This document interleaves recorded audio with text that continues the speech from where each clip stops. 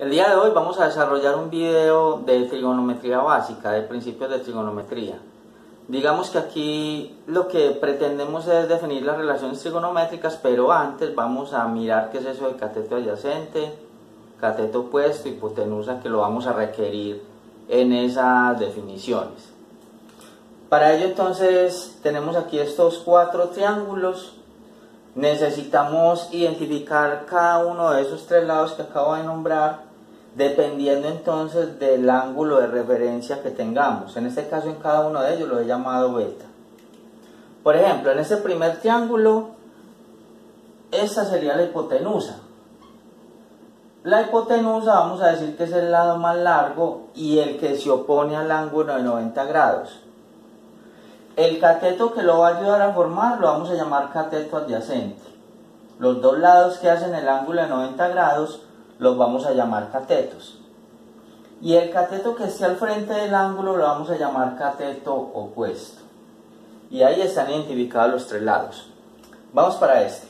A ver, esta sería la hipotenusa. Se identifica porque pues, es el lado más largo y se opone al ángulo de 90. Este, por ejemplo, sería el cateto opuesto porque está al frente del ángulo de referencia. Y este sería el cateto adyacente. Ayuda a formar el ángulo adyacente, es decir, que está al lado del otro que lo ayuda a formar, que sería la hipotenusa. Aquí la hipotenusa es el lado más bajo, como en el nombre griego, ¿cierto? De hipotenusa. Aquí tenemos entonces el cateto como ayuda a formar el ángulo. Esos 2 catetos, digamos que este es el que ayuda a formar el ángulo, lo vamos a llamar cateto adyacente. Y este es el cateto opuesto. Para esta última figura tenemos la hipotenusa en el lado de arriba. Esta es la hipotenusa. Este que me ayuda a formar el ángulo lo vamos a llamar cateto adyacente. Cateto adyacente, y este sería el cateto opuesto. Bien, entonces identificando ya cada uno de estos lados y recordando que dependen del ángulo de referencia, vamos a definir entonces las relaciones trigonométricas. Vamos a tomar un triángulo cualquiera, pero que sea rectángulo. Por ejemplo este.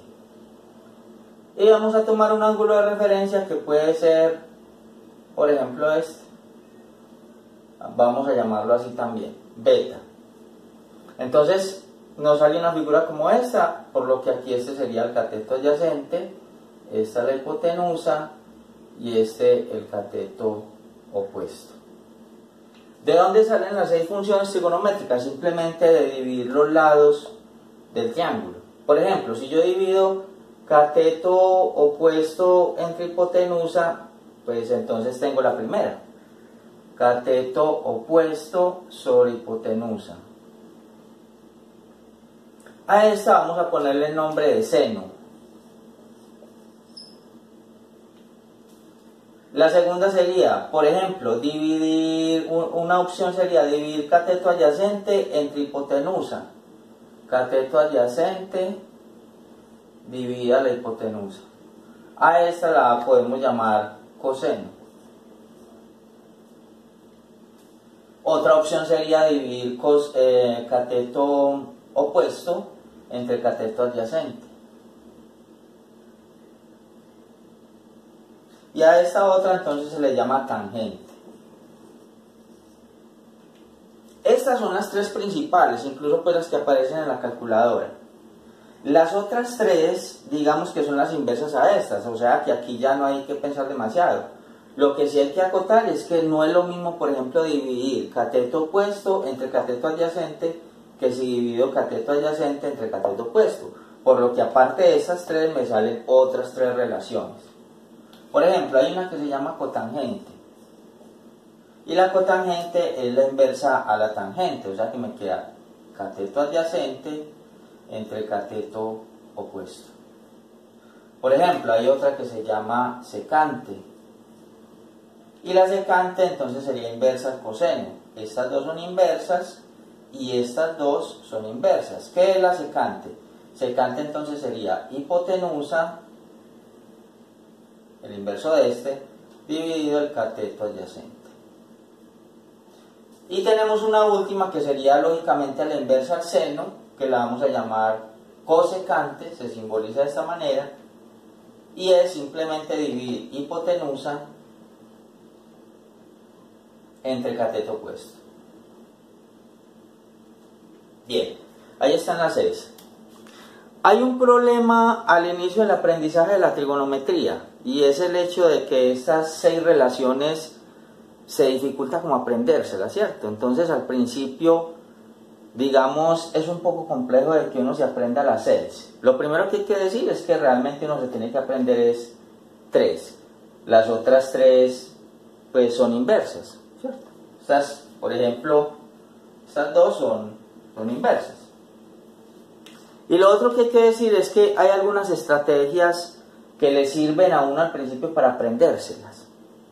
Hay varias, pero a mí en particular me gusta una que aparentemente es como muy chistosa, parece como muy absurda, o bueno, no tiene ninguna relación con lo que estamos trabajando aquí desde el punto de vista lógico, pero es muy efectiva y eso es lo que nos importa a nosotros. Vamos a hacer una porra a una gaseosa que es muy famosa, ¿sí? Y con esa porra ya van a ver, nos vamos a aprender las 6 relaciones. Las voy a borrar incluso para que veamos que sí funciona.